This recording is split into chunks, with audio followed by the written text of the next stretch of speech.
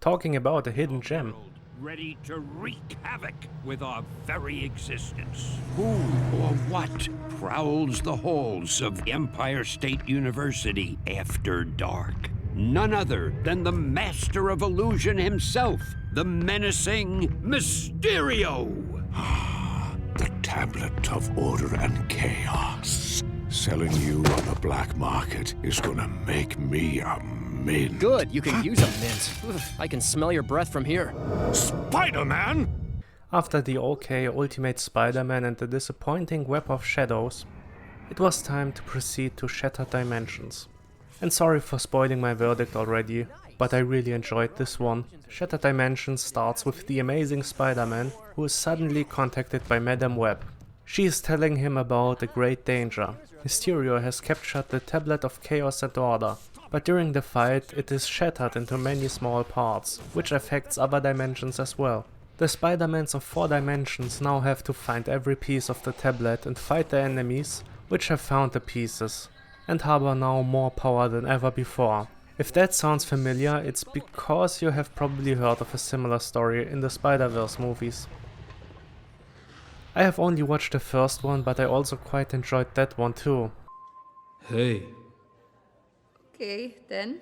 I'll see you around. Oh, see you. I know, what a shocker. Getting rid of you is gonna be a blast. I mean, sure, the stories are not completely alike, but the concept of different universes and different Spider-Mans are used there too. Compared to most previous games, this one is more linear and offers 3 acts with 4 levels each for every Spider-Man plus tutorial and a finale. The 4 Spider-Mans have more or less their own storyline, which is connected by the search for the tablet and by the guidance of Madame Web. Each level, except for the tutorial, involves a boss like Scorpion, Vulture, Goblin, Electro, of course,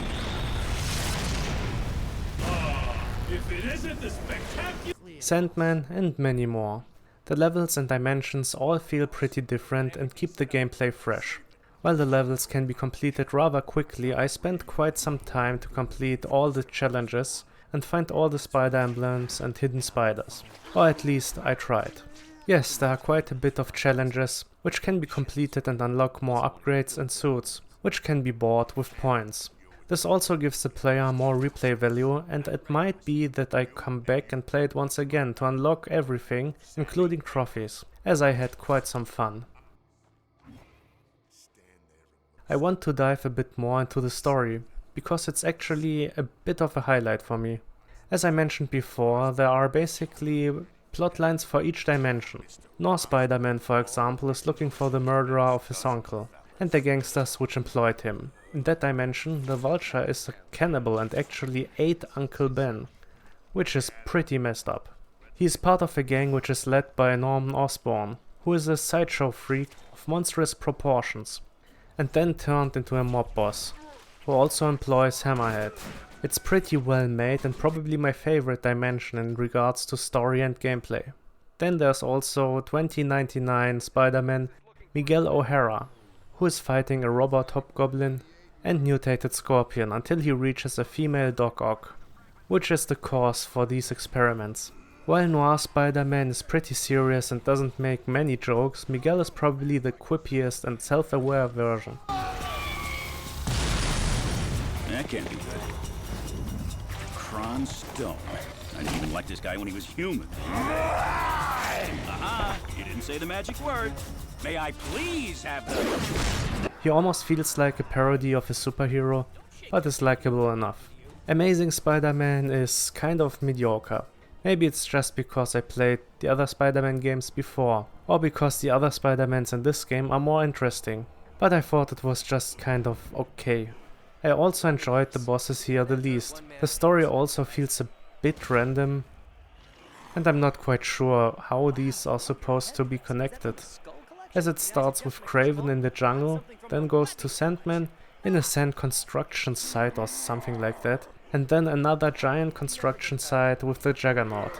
It was still fun, but the others are just better. Ultimate Spider-Man storyline starts the weakest with a fight against Electro once again. But the second one is much better and offers a fight against Deadpool on some oil rigs, where Deadpool is shooting a reality TV show involving Spider-Man and Spider-Man being killed by Deadpool fans. Pain Factor! With your host, the anti-hero for hire, the mask for your task, the guy who won't die, Deadpool! Hi, Ma, and welcome to Pain Factor, the only show where you compete for your life. And remember, viewers, I'm available for Black Ops missions, assassinations, and birthday parties. I don't know what's weirder, that this guy can somehow come back from the dead, or that they gave him a TV show. Coming up, we've got a very special Pain Factor, with a very special guest running the gauntlet. Who? You, Spider-Man! Wait, what? That's right! Our guest today will be the one, the only, the friendly neighborhood Spider-Man! Because he needs this. Television, you are a cruel mistress. You know you can run inside. Wow, that's not too big or anything. Can somebody say overcompensating?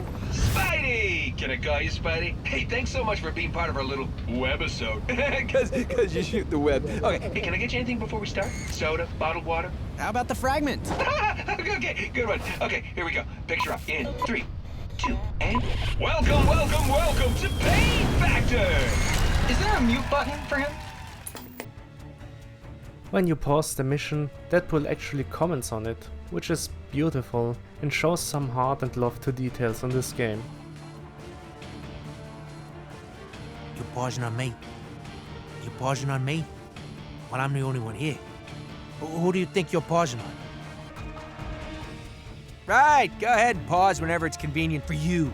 What about me? What about my needs?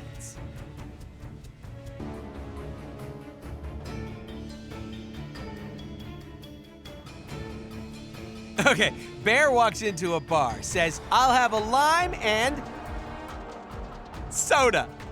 Bartender says, "Why the big pause?"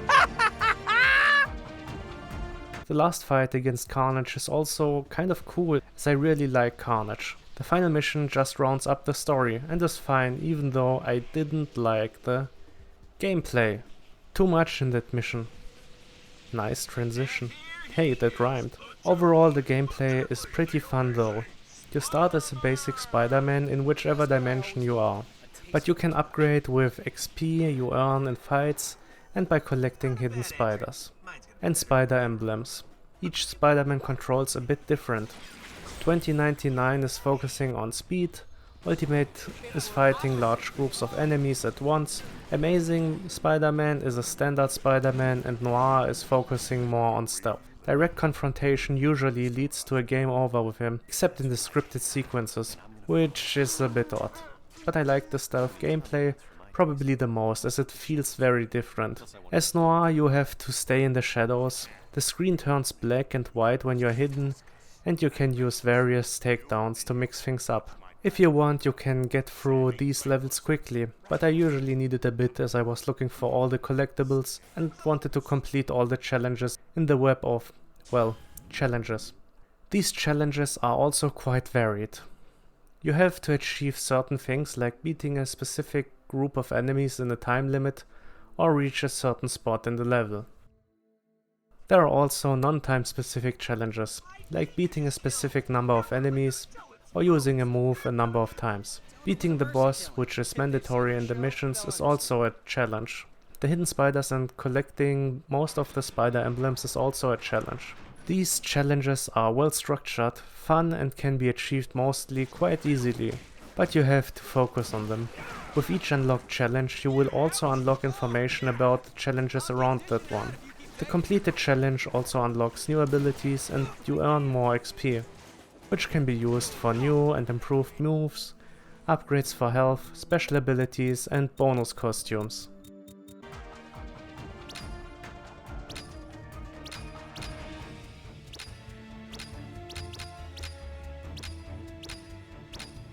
Nice. But to come back to the basic gameplay, there are more distinctions between the Spider-Mans. 2099 Spider-Man can use the acceleration mode, which makes him faster, and Ultimate Spider-Man can transform into his black suit form, which throws enemies around when activated and then deals more damage. Overall, the game feels pretty good gameplay-wise, but there are a couple of minor annoyances, which hold it back.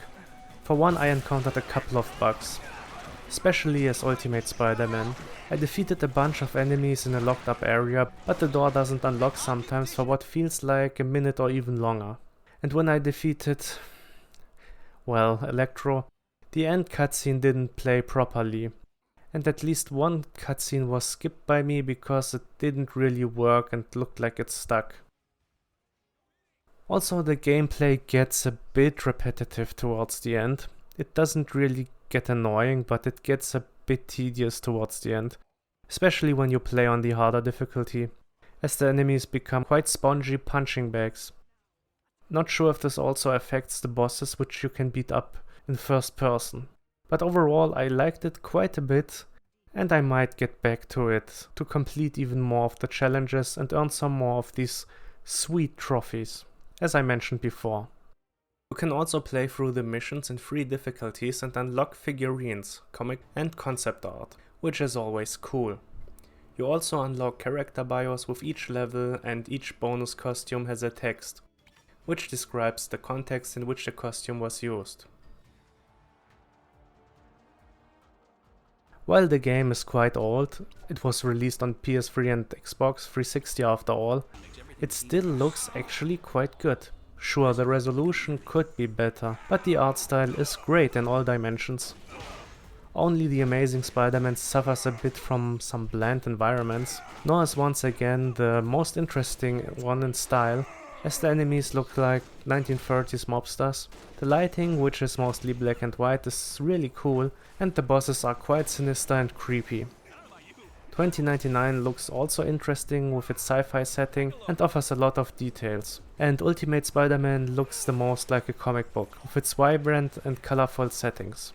A standout are the cutscenes, which still look amazing in my opinion. I'm honestly impressed. This was spectacular. To be quite honest, I really enjoyed this one, and it's close to a great rating. I had a lot of fun and I enjoyed the great story, style and design.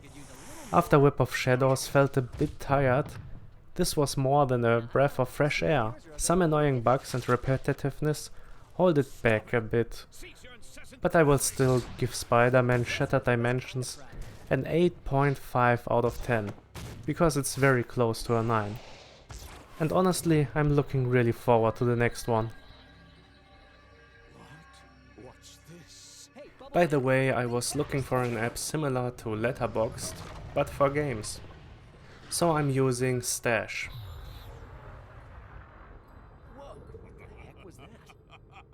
To track the games I'm playing, and I will probably write some short reviews there, or at least post links to my reviews.